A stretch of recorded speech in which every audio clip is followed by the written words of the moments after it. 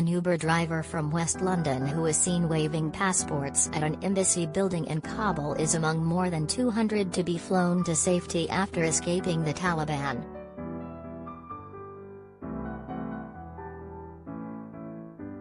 The Ministry of Defence said that a total of 5,725 British and Afghan nationals have been evacuated since the rescue mission first began on August 13.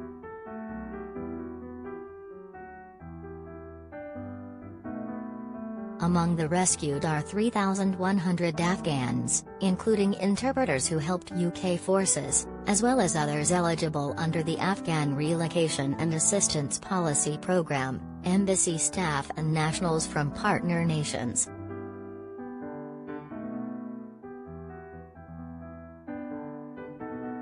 One of those to have made it out on an RAF flight on Saturday was Helmand Khan, an Uber driver from West London, who arrived in Afghanistan with his young children a few months ago to visit relatives.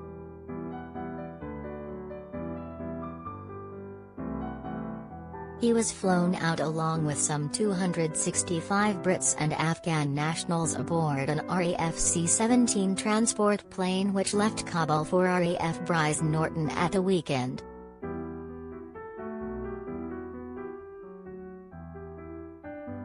He was previously seen thrusting his British passport at TV crews as he tried to get into a compound where the British embassy houses evacuees.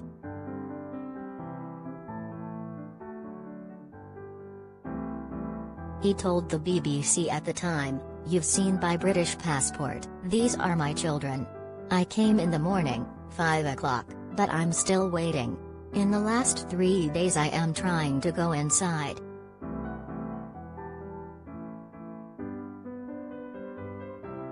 The Sun reports that he was among the lucky ones to have survived deadly crashes at the airport and made it onto a flight out of the country at the weekend.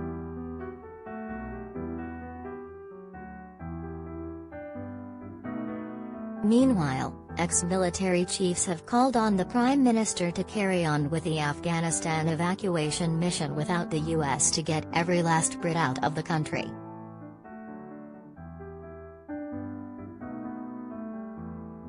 But the Ministry of Defence has said it would be impractical without the partnership, and another expert said it was naive.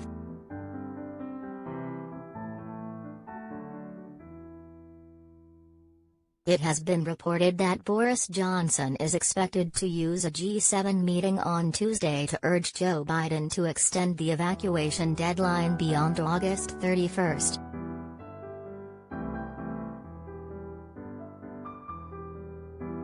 In a tweet, he said it was vital that the international community works together to ensure safe evacuations.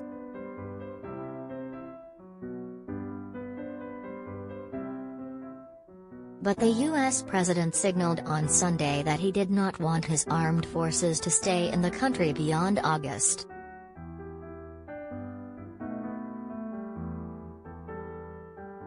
Now, ex-military chiefs have said that even if the US pulls out its forces, the UK should carry on with the evacuation.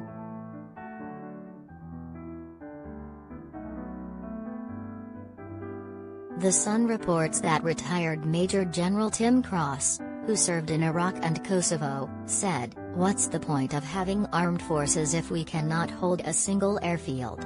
It makes the whole global Britain idea a joke."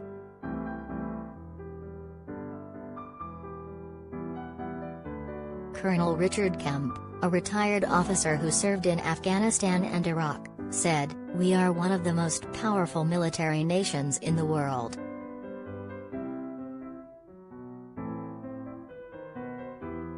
We should stay until we have got every last Brit, and everyone we need, out."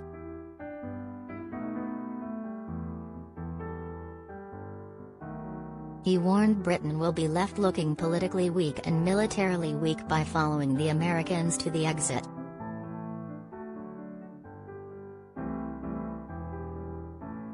A Ministry of Defense spokesman appeared to pour cold water on the idea of staying on to continue the evacuation without support from its major ally.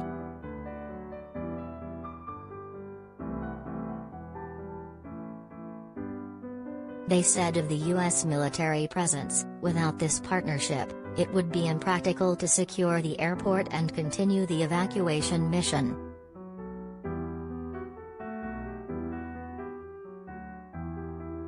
Others agreed it was a poor idea.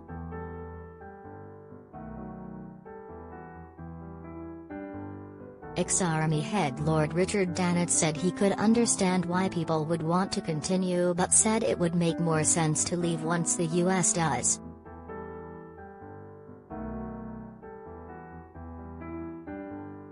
And security expert Charlie Herbert said of the calls for Brits to stay that it was a wonderful buccaneering attitude but rather naive.